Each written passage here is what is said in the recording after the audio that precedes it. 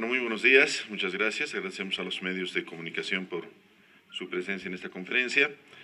Como ustedes pueden ver, estamos acompañados del ilustrísimo, del digno ex juez español, fiscal de la Corte Penal Internacional, el doctor Baltasar Garzón, un gran amigo de Bolivia, que ha estado varias veces en nuestro país y que en diferentes ocasiones ha cumplido roles de asesoramiento importante en diferentes áreas, como son la reforma de la justicia, los emprendimientos jurídicos que el Estado Plurinacional de Bolivia, a la cabeza del presidente Evo Morales, ha llevado adelante. En la mañana de hoy se ha llevado una amena reunión de más de una hora con el presidente Evo, en las que se han abordado diferentes temáticas y diferentes planes que se tienen hacia futuro desde el punto de vista jurídico, tales como impulsar una serie de medidas siempre en defensa del medio ambiente y de los instrumentos jurídicos, la creación de grandes instrumentos jurídicos en beneficio de la defensa de la madre tierra. Es un emprendimiento que cuenta ya con la labor militante hace muchos años en diferentes foros internacionales del doctor Baltasar Garzón. Un segundo tema que también ha sido analizado es el tema de la reforma de la justicia en Bolivia. Como ustedes saben, se está llevando adelante una reforma penal importante a través de la ley 1173, una ley de abreviación procesal penal, que es una ley un poco de emergencia, una ley para que, como diría el presidente Evo en su momento, deje de sufrir la víctima y deje de sufrir el procesado, y esperamos, como hemos hecho en el pasado, esperamos contar con el valioso apoyo de la gran trayectoria, la gran experiencia, la gran expertise y el renombre internacional que tiene el profesor Baltasar Garzón. Asimismo, se han intercambiado criterios sobre diferentes temas relacionados a los derechos humanos en una reunión muy importante dentro de una visita que lleva adelante el doctor Baltasar Garzón, que se va a desarrollar el día de hoy. Esta noche vamos a estar en Tarija, en la Universidad Autónoma Juan Michel Saracho, en una conferencia magistral que debe brindar allá el profesor, y bueno, una agenda que sigue también en la ciudad de Sucre con autoridades judiciales el día de mañana. Hecha esta explicación y saludando su valiosa presencia, la amena reunión, la interesante reunión que se ha tenido la mañana de hoy, yo le ofrezco la palabra al doctor Baltasar Garzón. Muchísimas gracias, buenos días a todas, a todos. Como siempre es un placer estar en Bolivia de nuevo. Gracias a mi buen amigo, el ministro de Justicia, que me acompaña, y sobre todo mi agradecimiento también al amigo y al líder político y presidente Evo Morales. La amistad ya es desde hace muchos años.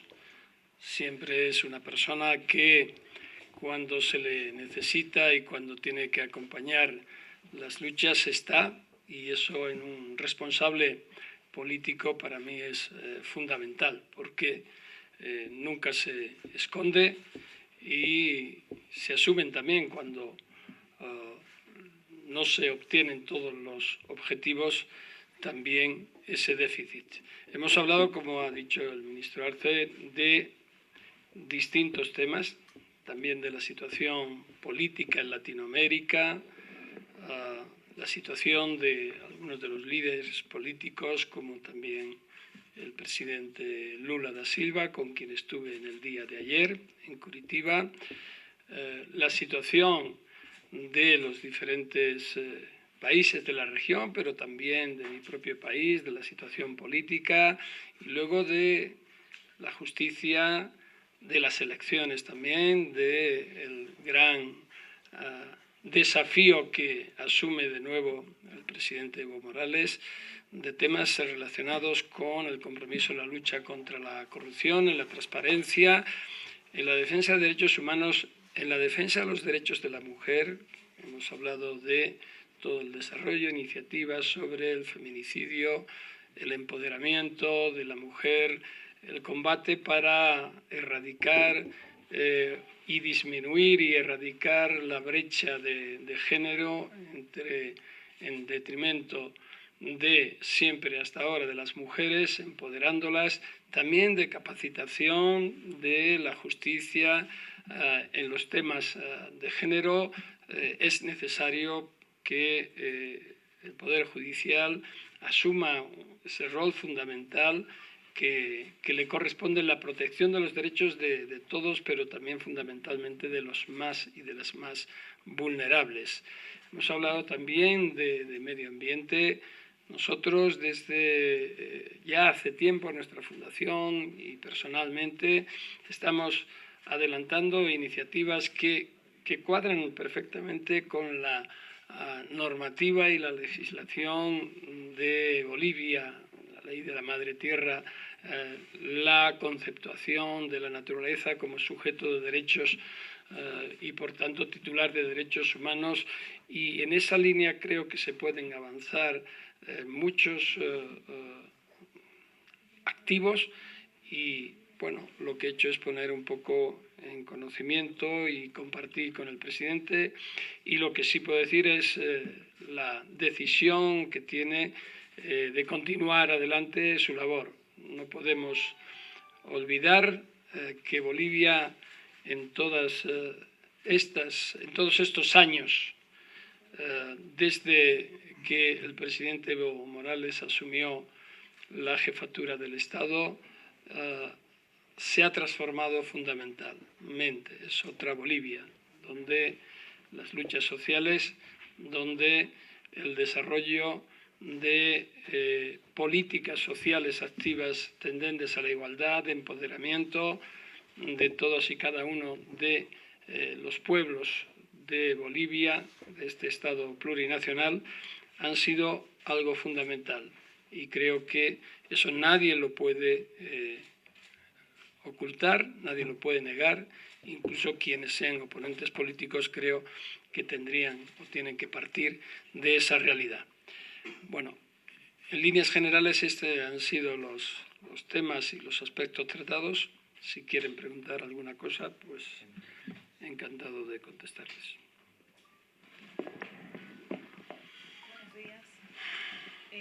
Muy buenos días. Dos consultas, si me permite. La primera, me llamaba la atención el tema de las sugerencias que se puedan generar o presentar en términos de mejorar la justicia, enfocados en los temas precisamente de feminicidios, de violencia hacia mujeres, hacia los niños, por un lado.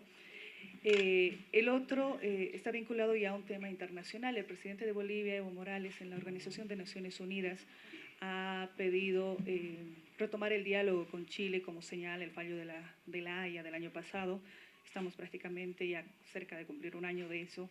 ¿Cómo podría plantearse ese escenario, por favor?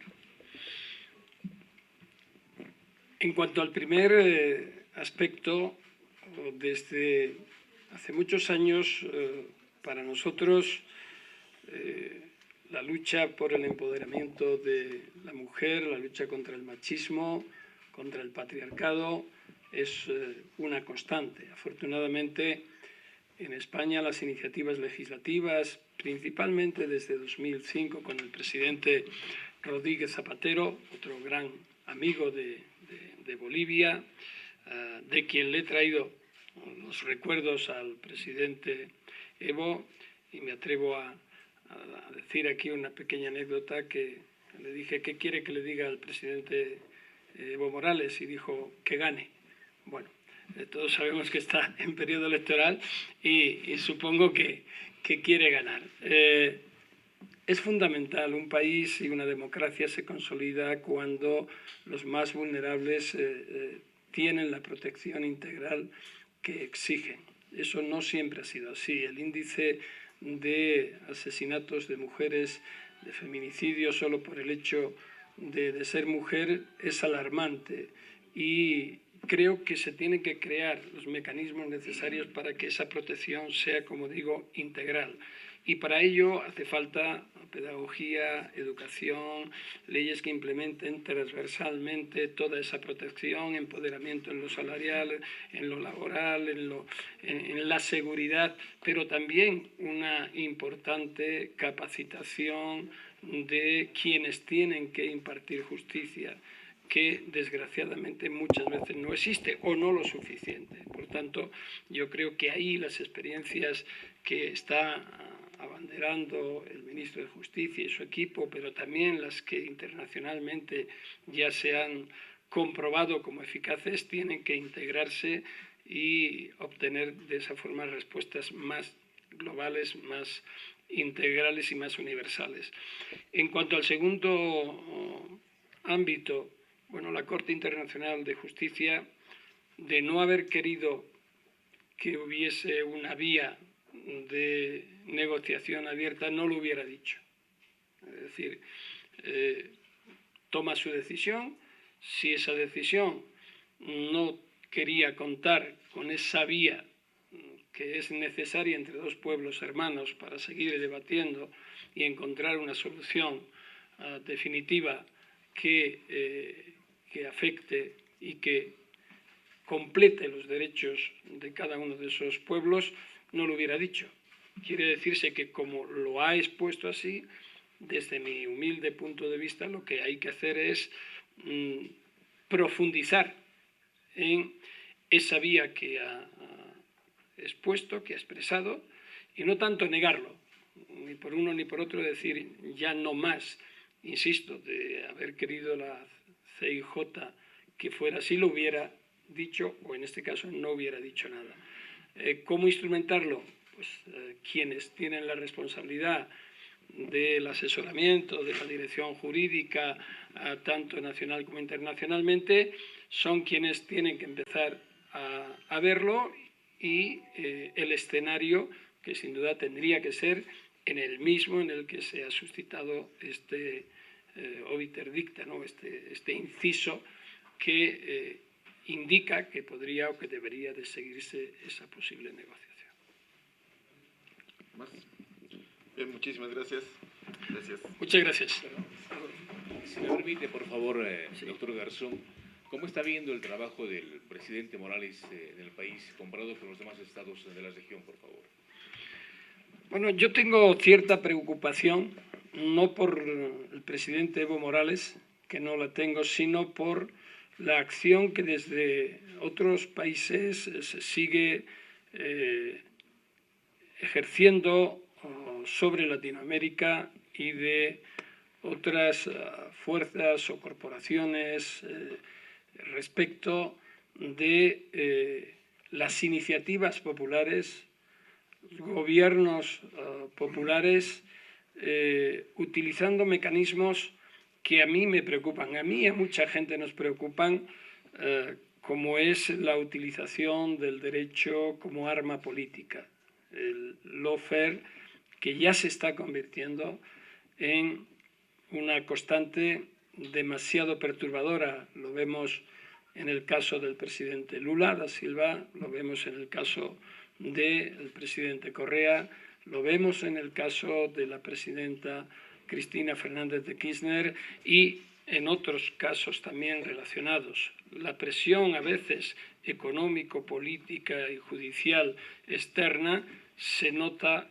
cada vez más, y creo que eso hay que combatirlo. Y si ha habido una persona, un líder político que lo ha hecho enfrentándose a enemigos muy poderosos, ha sido el presidente Evo Morales.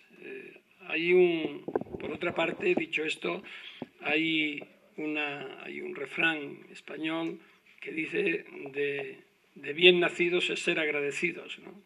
Cuando a mí me sancionaron por investigar los crímenes del franquismo, junto con Néstor y Cristina Kirchner, el primer dirigente y jefe de Estado que en Madrid me recibió y me apoyó en todas las luchas fue el presidente Evo Morales.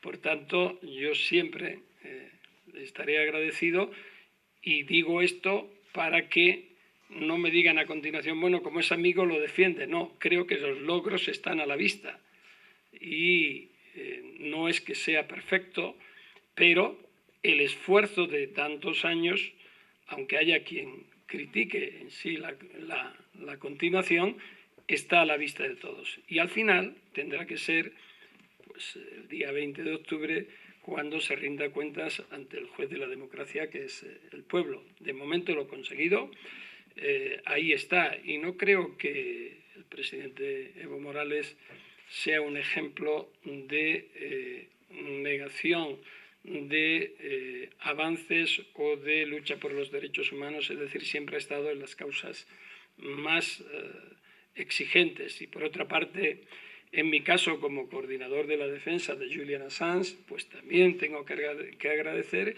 que ha estado siempre apoyando esa lucha, y en este caso esa lucha por la libertad de expresión, de modo que es bastante evidente que creo que el balance es positivo. Sí. Gracias. ¿Cómo ven desde afuera que en 9 meses en Bolivia se registraron alrededor de 90 feminicidios? Pues con preocupación, pero como la veo también en mi país. España tiene una fortaleza, una legislación ya muy avanzada en todo este tema, pero todavía echamos en falta el acuerdo progresista y progresivo de los grupos políticos en el Pacto de Estado contra la Violencia de Género, que creo que es un mecanismo de consenso necesario. Hay temas en un país, en el mundo, que no deberían de ser objeto de cuestionamiento. Es decir, ningún dirigente político tiene derecho a que derechos adquiridos se pierdan. Es decir, es un patrimonio indeleble de la ciudadanía. Por tanto, hay que hacer un discurso común. Todos tienen que hacer el esfuerzo, y también la sociedad.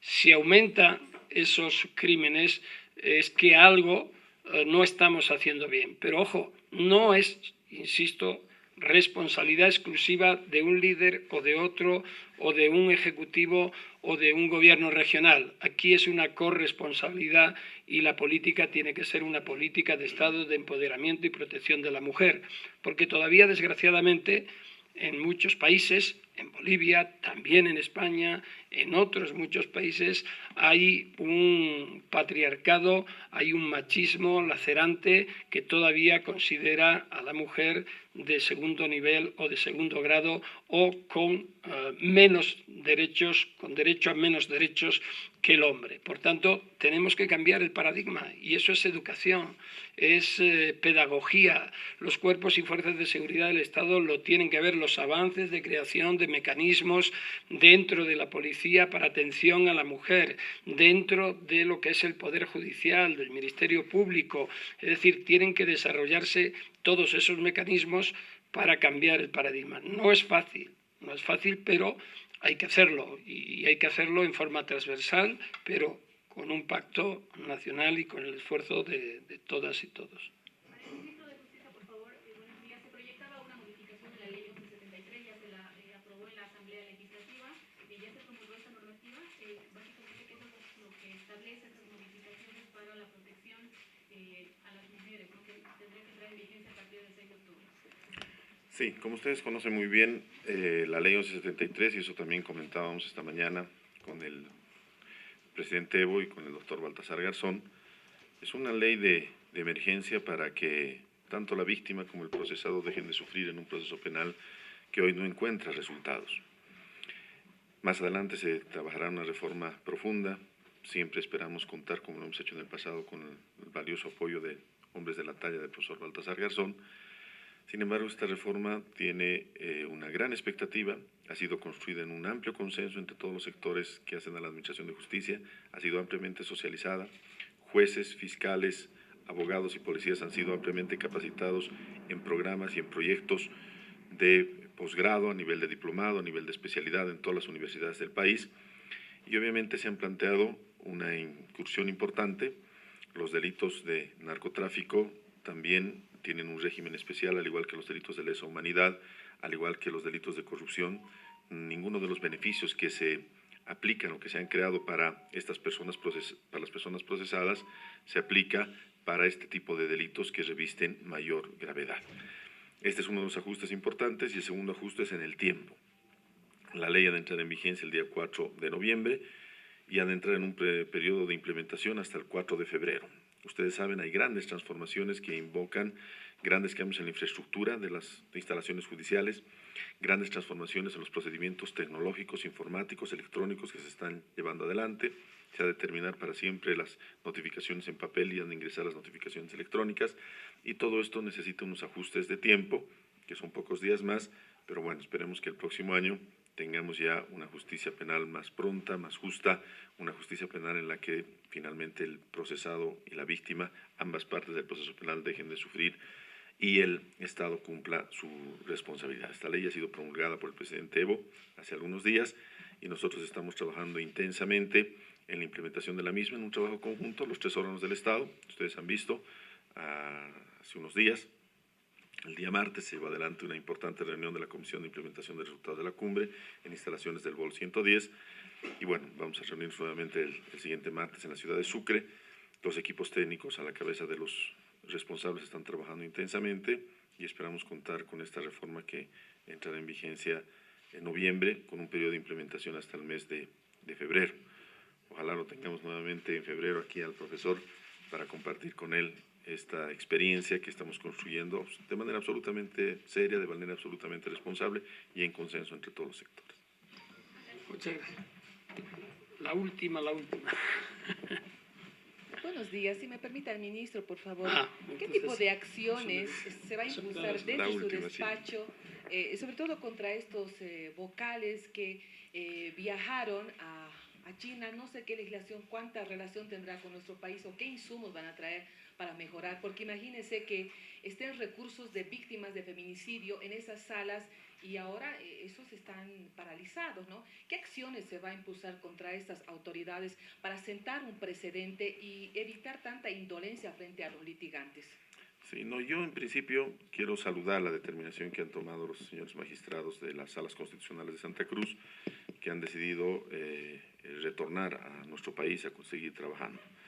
En rigor de verdad y en estricta justicia, como ha mencionado el presidente del Consejo de la Magistratura, no es un delito el asistir a un curso internacional, es una situación que en determinados momentos sí se justifica, y se justifica en todos los sistemas judiciales del mundo porque necesitan los señores vocales y jueces de capacitación. Sin embargo, aquí hicimos una observación en sentido a la duración y al lugar, ¿no es cierto? El sistema constitucional, de control constitucional de China es un poco diferente al de los países occidentales y bueno, hicimos una observación y esperemos que haya una profunda reflexión y que si se van a dar estos procesos de capacitación, en todo caso se lo hagan sin abandonar las salas. Y nuestra observación en el sentido de que de los 6 vocales constitucionales que hay en el distrito de Santa Cruz, 4 habían viajado y habían dejado a las 3 salas sin el quórum necesario para seguir funcionando, y eso sí podía generar algún problema en relación no a los procesos de feminicidio, no se llevan ahí, sino a las acciones de defensa de los derechos humanos. Esperamos trabajar conjuntamente, respetamos absolutamente la independencia judicial, pero invocamos muy sencillamente, muy humildemente, con mucho respeto, a que si tenemos un presidente como el presidente Evo, que trabaja de lunes a domingo, de 5 de la mañana a 10 de la noche, si todos en el gobierno nos estamos esforzando tanto por construir una realidad diferente, una nación diferente como lo hemos hecho en estos años, también encontremos un eco y todos en este momento de crisis, de problemas en la administración de justicia, todos nos volquemos lo más que podamos en beneficio de la gente, ¿no? ¿Sí puedo? Sí. A lo mejor es meterme donde no me llaman, pero como de algo de justicia sé, sí me considero autorizado para hacer una opinión.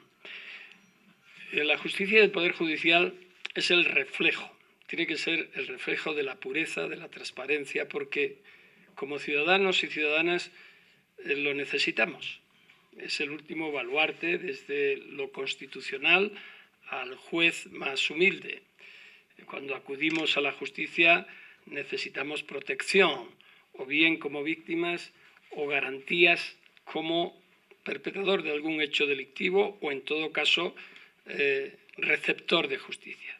Por tanto, lo que hay que hacer, y yo no sé si se hace o no, pero sí hay que hacerlo, y es un problema que se ha vivido también en España, es establecer un régimen absolutamente claro, definido, de responsabilidad, de autorizaciones, de explicación de esos desplazamientos, de los contenidos, rendir la memoria tanto previa que justifique como la memoria posterior para que con la transparencia que debe de haber, y muchas veces en lo judicial se hace exactamente lo contrario, parece como que es un concilio, un sínodo reservado y con 7 llaves, y eso genera incertidumbre y desconfianza, que es lo peor que un sistema judicial puede producir en una sociedad. Por tanto, lo que hay que hacer es transparencia, justificación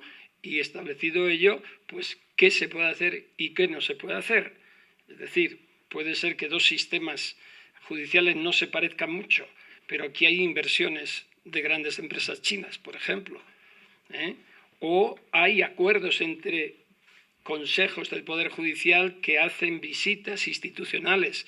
Vivimos en un mundo global y vivimos en un mundo cada vez más universalizado. No sabemos si los intereses bolivianos van a estar en Estados Unidos, en Paraguay o en China o en España. Es probable. Lo único que yo siempre he exigido, y a mí me exigían cuando hacía un viaje de este tipo, era dar cuenta pormenorizada del antes, del durante y del después. Y ahí se autorizaba o no se autorizaba. Y había veces que decían, bueno, pues no tiene mérito con la función judicial, no se autoriza. Muchas veces se le dice a mucha gente, y otras veces sí interesa, pero dígame usted y explíqueme bien y que yo lo entienda además, y que esto se entienda por la gente. Gracias. Ahora sí, gracias. Muchas gracias. Ministerio de Justicia y Transparencia Institucional.